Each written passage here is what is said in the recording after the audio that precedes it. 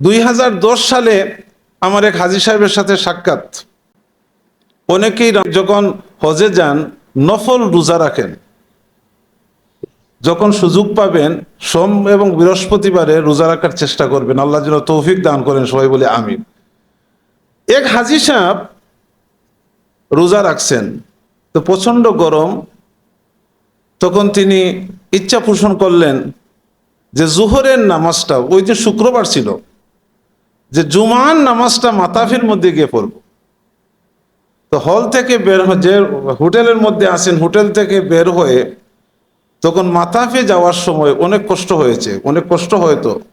তো সেখানে মাতাফে যাওয়ার আগে মাতাফের চতুর্পাশে অনেকগুলা ড্রাম ভর্তি জমজমের পানি থাকে, যারাই যান জমজমের পানি পান করেন। তো সারিবদ্ধভাবে সবাই জমজমের পানি পান করতেছেন।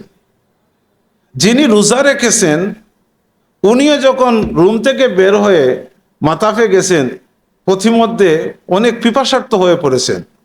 পিপাসার্থ হয়ে পড়ে উনি রোজা কি রোজা নয় এটা মন থেকে আসলে ভুলে গেছেন। উনি পিপাসা নিবারণের জন্য 2-3 গ্লাস জমজমের পানি পান করে ফেলেছেন। আচ্ছা বলুন তো, উনি তো রোজা রেখেছেন, এই রোজা রাখা অবস্থায় উনি জমজমের পানি পান করে ফেলেছেন, তখন কি রোজা আছে না গেছে? আছে।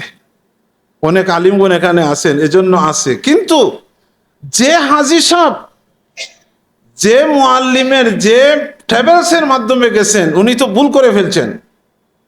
বের হয়ে এসে বলছেন যে আমি তো এরকম এরকম রোজা, নফল রোজা রেখেছিলাম, তখন আজকে আমি জোহরে জুমার নামাজ পড়তে গিয়ে আসলে ভুলবশত পিপাসার্থ হয়ে 1 গ্লাস না 3 গ্লাস পানি পান করে ফেলেছি, এখন আমার অবস্থাটা কি? তিনি বললেন নফল রোজা ভেঙে ফেলেন, কোনো অসুবিধা নাই। 2010 সালের ঘটনা। কামালি সাহেব এখানে আছেন, হয়তো স্মরণের মধ্যে পড়তে পারে। আমাকে এসে জিজ্ঞাসা করলো যে মাসালাটা কি, আমি কি এখন আহার করব? তখন আমি তড়িৎ গতিতে সিদ্ধান্ত না দিয়ে বললাম আমাকে 5 মিনিট সময় দেন।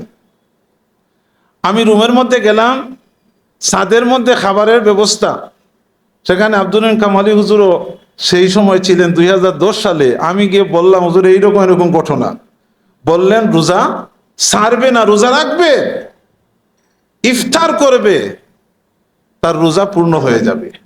তবে শর্ত হলো এই ভুলবশত যে রোজাটা নষ্ট হয়েছে, পানি পান করেছেন, তার পরিবর্তে আরেকটা কাজা রোজা রাখতে হবে। এইটাই তো মাসলা। এই মাসলাটা যদি সঠিকভাবে একজন মুআল্লিম দিতে না পারেন, তাহলে আপনার ইবাদতের মধ্যে ত্রুটি হবে কি হবে না? যে আপনারা যে হজ গ্রুপের সাথে এবছর হজ করার জন্য ইরাদা করেছেন, নিয়ত করেছেন, আপনারা একটা সঠিক সিদ্ধান্ত নিয়েছেন। আপনারা সঠিক সিদ্ধান্ত নিয়েছেন এই জন্য যে খাজা হজ গ্রুপ, যেটা খাজা এয়ারলাইনার যে ট্রাভেলসের নাম, দীর্ঘদিন যাবৎ হজের খেদমত করে আসতেছেন। আমার পূর্ববর্তী বক্তা বলেছেন এটা ব্যবসা নয়, এটা খেদমত। এটা কিন্তু খেদমতের নিয়তে। আমি অনেকবার খাজা এয়ারলাইনারের মাধ্যমে হজ এবং উমরাতে যাওয়ার সুযোগ হয়েছে।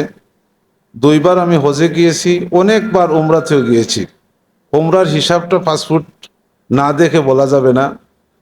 তবে আমি যা বাস্তবে যতটুকুন দেখেছি, আমি অনেকগুলা সফরের মধ্যে 2 বার একসাথে খাজা মঈনুদ্দিন জালালউদ্দিন সাহেব একসাথে আমরা ছিলাম। একবার 2010 আর আরেকবার হয়তো 2013 বা 15 হবে, সেটা ছিল উমরার সফর। আর 2010-এ ছিল হজের সফর, একসাথে ছিলাম। অন্যান্য সফরে একসাথে হতে পারি নাই। তো আমি যতটুকু দেখেছি যে খাজা জালালাবাদী সাহেব হাজী সাহেবদেরকে এতটুকুন খেদমত করেন, গভীর রাত যখন হয় তখন দেখি হাজী সাহেবদের শিয়রে গিয়ে মাথার মধ্যে হাত পোলাইয়া চুপি চুপি বলতেছেন, হাজী সাহেব তাহাজ্জুদের সময় হয়ে গিয়েছে। আলহামদুলিল্লাহ বলুন, তাহাজ্জুদের সময় হয়ে গিয়েছে। প্রত্যেকটি স্থানের মধ্যে জিয়ারা যতটুকু জায়গা আছে, জালালাবাদী সাহেব প্রত্যেক হাজী সাহেবদের সাথে গিয়ে হাতে কলমে যেভাবে শিক্ষা দিতে হয় ওইভাবে প্রত্যেকজন হাজী সাহেবকে স্থানের সাথে পরিচয় করাইয়া দেন। এমনকি নিজ চক্ষে যা দেখেছি, জামারাতে অনেক হাজী সাহেবরা আছেন যে কঙ্কর নিক্ষেপ করতে পারেন না, নিয়ম অনেকে জানেন না। আপনারা হয়তো অনেক ভিডিও ফুটেজে দেখেছেন অনেক হাজী সাহেবরা গিয়ে জুতা ছুঁড়ে মারেন, ঠিক না ঠিক?